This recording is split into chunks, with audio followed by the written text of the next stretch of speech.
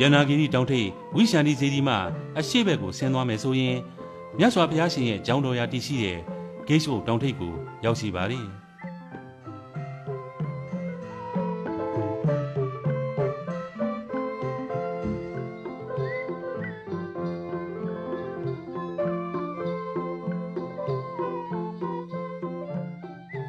တောင်ထိပ်မှာကြီးမားတဲ့ကြောက်တုံးကြီးများပေါ်ထွက်နေတာကြောင့်လင်းနာကြီးများနားနေတဲ့ကဲ့သို့ထင်ရပါလေဒါကြောင့်လေလင်းနာနဲ့တူတဲ့တောင်ထိပ်ဂိတ်ကိုလို့ခေါ်ဆိုခြင်းဖြစ်ပါလေဝေပုံလာတောင်ဝေဘာရတောင်ပန္နဝတောင်ဤတိကီလီတောင်ဂိတ်ကုတ်တောင်ဆိုတဲ့တောင်ကြီး၅လုံးရံပြီးအလဲကောင်မှာမြို့တည်ထားတာကြောင့်တောင်ကြီး၅လုံးပိတ်ဖုံးကာကိုရာဇယူဟုထင်ရှားခြင်းဖြစ်ပါလေအဇာဇတ်မင်းသားကဖခင်ဗိမိသာယမင်းတရားကြီးကိုအကျဉ်းချခဲ့ခြင်းဗိမိသာယမင်းတရားကြီးကဂိတ်ကုတ်တောင်ထိပ်ရှိဖျားရှင်ကျောင်းတော်ရာနေရာကိုဖူးတွေ့ရသောနေရာ၌အကျဉ်းချထားဖို့တောင်းဆိုခဲ့ပါသည်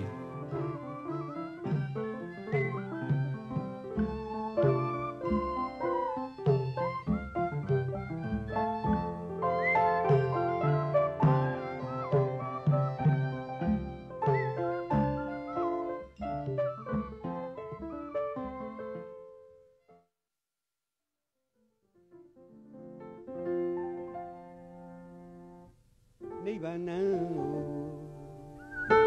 ဤအောင်မင်းလမ်းစီဝဲတရားတော်လဲစိတ်မှာစောတယ်ရာဇူးမျိုးဝေဘာရတောင်တက်ဖြစ်ပါလေအထမ်းများနဲ့လည်းတက်နိုင်ကြပါလေရုပ်ကမခင်တွေ့တဏှာပင်လေကြောပြောစီဘူးွယ်ကာမဘုံစတမီအတက်ခီးရဲ့တဝက်ခန့်မှာအရှင်မဟာကတ္တပသတင်းသုံးခဲ့တဲ့ပိပလိကူကိုဖူးတွေ့ရပါတယ်ဒီနေရာမှာမြတ်စွာဘုရားရှင်ကိုရောမြတ်ကအရှင်ကတ္တပမထေရမကျမ်းမာခြင်းကိုအကြောင်းပြု၍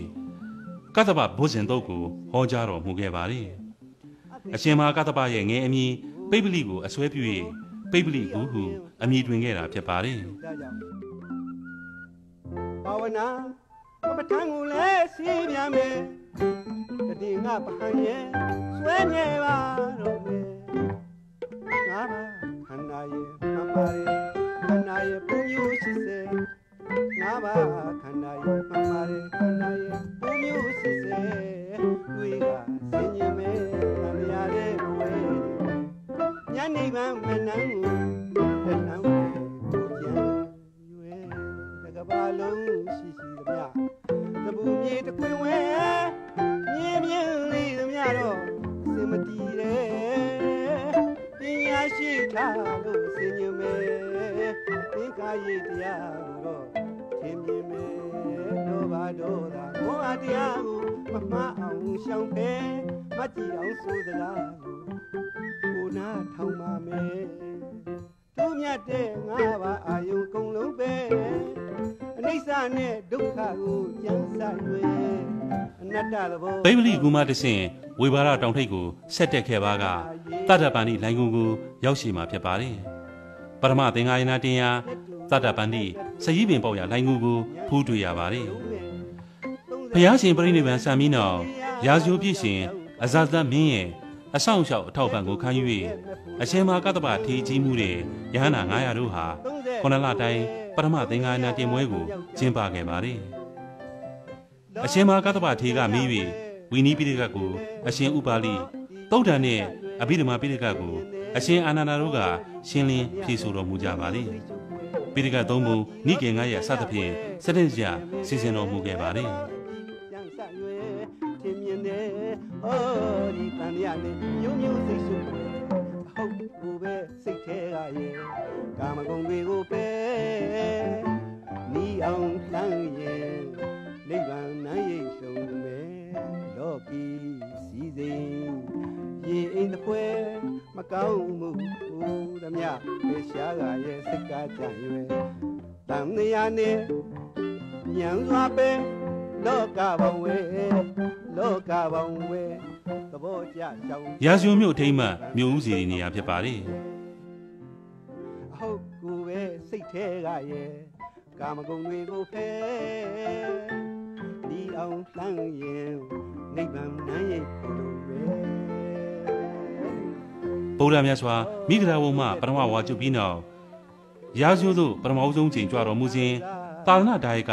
ဘယင်ဗိမိသာယမင်းတရားကြီးလှူဒန်းခဲ့တဲ့ဝေလူဝန်ကျောင်းတော်ရာနေရာကိုကြည်နူးွယ်ဖူးတွေ့ရပါတယ်တရားကိုရှာမဲခင်ဖောင်းအောင်ယရဏအလှမ်းနဲ့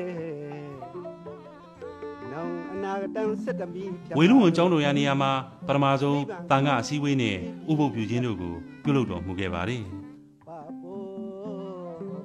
ရောက်ရပါလို့ဤအရှင်ဘုရားတန်လျာနဲ့ခရီးသွားဧည့်သည်တွေပုံနဲ့ဒီညွန်းနဲ့တဝဲတလေလေမလွတ်နိုင်ကြတဲ့အရိမရိယာမြတ်ဗျာခေါ်ရင်တိုက်နိုင်အောင်လဲကြိုးစားပါတော့မယ်ထူးမြတ်တဲ့ငါးပါးအာယုကုန်လုံးပဲအနိစ္စနဲ့ဒုက္ခကိုကြားဆက်ရွယ်ဗိမိသာယမင်းကြီးကိုသားတော်အဇာတသက်ကအကျဉ်းချခဲ့တဲ့နေရာဖြစ်ပါလေဗိမိသာယမင်းကြီးဟာဖရာတရားတန်ခါယန္နာမြတ်သုံးပါးကိုမမိတ်မသုံးယုံကြည်တဲ့သောတာပန်စင်စစ်ဖြစ်တဲ့အတွက်အကျဉ်းချခံရစဉ်မှာပဲဗုဒ္ဓရဲ့ဂုဏ်တော်များဟာအံ့ဩဖွယ်လို့ဆင်ခြင်ရင်းနတ်ရွာလာခဲ့ပါလေဗိမိသာယမင်းကြီးအကျဉ်းချခံရတဲ့နေရာဟာဖယားရှင်သတင်း300ဂိတ်ကိုကျောင်းတော်ရာကိုလှမ်းမြော်ဖူးလို့ရတဲ့နေရာဖြစ်ပါလေအကျဉ်းချနေစဉ်ဂိတ်ကိုတောင်းပေါ်မှာဇင်းညံကြွနေတဲ့ဖယားရှင်ကိုဖူးမြော်ရင်းလောကရန်ကိုကြံ့ကြံ့ခံခဲ့ရနေရာလေးဖြစ်ပါလေ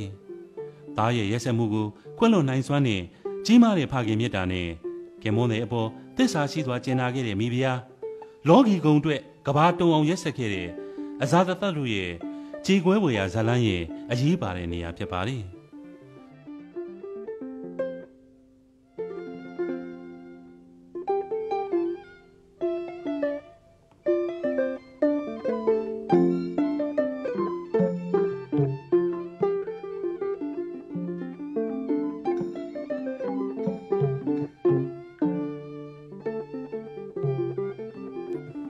အခုမြင်တွေ့ကြရတဲ့တောင်တန်းကြီးများကိုထွင်းပေါက်ထားတဲ့လှိုင်ကိုကြီးကတော့ဗိမိသာယမင်းကြီးရဲ့ဘာနာတော်များတိုးလောင်ရာဘာနာရိုက်ဖြစ်ပါတယ်။စွန်ဘာနာရိုက်တနည်းအားဖြင့်တိုးနာဘာနာရိုက်လို့အမည်ရပါတယ်။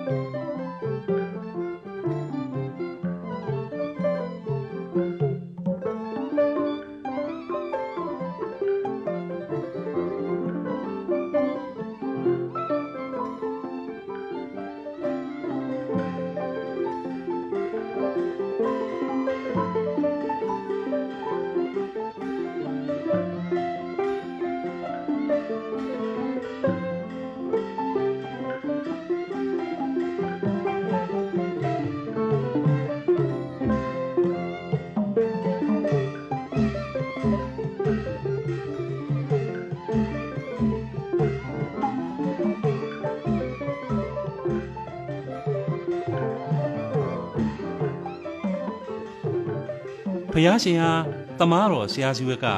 လှူဒန်းခဲ့တဲ့တည့်ရဲ့ဥယျာဉ်ကျောင်းနေရာဖြစ်ပါတယ်။ဖခင်ဖြစ်သူဗိမိသာယမင်းကြီးကိုခြေဖွားမှာဓာတ်နဲ့ခွဲရှာမီကြီးရဲမှာတင်ပြီးဘဝဆုံးအောင်စီရင်ခဲ့တဲ့သားတော်အဇာတမင်းဟာတန်ဝေကပြင်းစွာရရှိခဲ့ပြီးဆရာစီဝက်ကရဲ့ဥဆောင်မှုနဲ့ဗုဒ္ဓထံပါချင်းကပ်ခဲ့ပါတယ်။ဗုဒ္ဓဘုရားရှင်ဟာ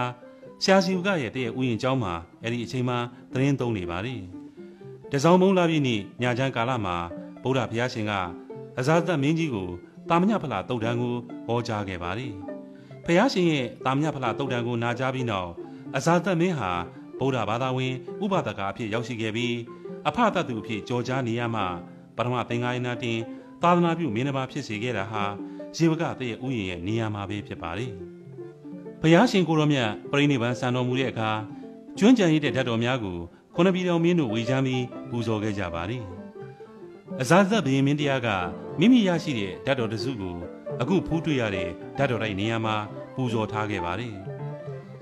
ဒီဓာတ်တော်တိုင်းတွေကဓာတ်တော်တွေကိုဘုရားရှင်ပြိဋိဘံစံပြီးနှစ်ပေါင်း230ကျော်ကျော်မှာအထွတ်တေရောက်ခဲ့တဲ့သီတိဓမ္မအာသောကမင်းကြီးကတူးဖော်ပြီးတိုင်းနိုင်ငံအသီးသီးမှာစီဒီပေါင်း8400တည်ခဲ့ပါတယ်